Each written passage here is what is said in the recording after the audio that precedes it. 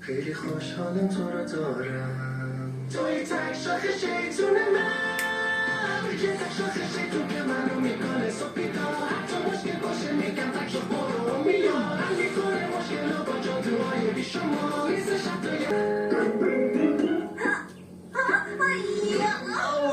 سقف بالای سرم کو داریم اساس کشی میکنیم اویم به خونه این که من بالاخره اتاق شخصی خودم رو داشته باشم، یه فضای مخصوص به خودم که تک و تنها بخوابم توی تاریکی جایی که حرفا بتونن، یعنی نه اساس کشی نکنی. یه دونه هم یه معوضه‌ای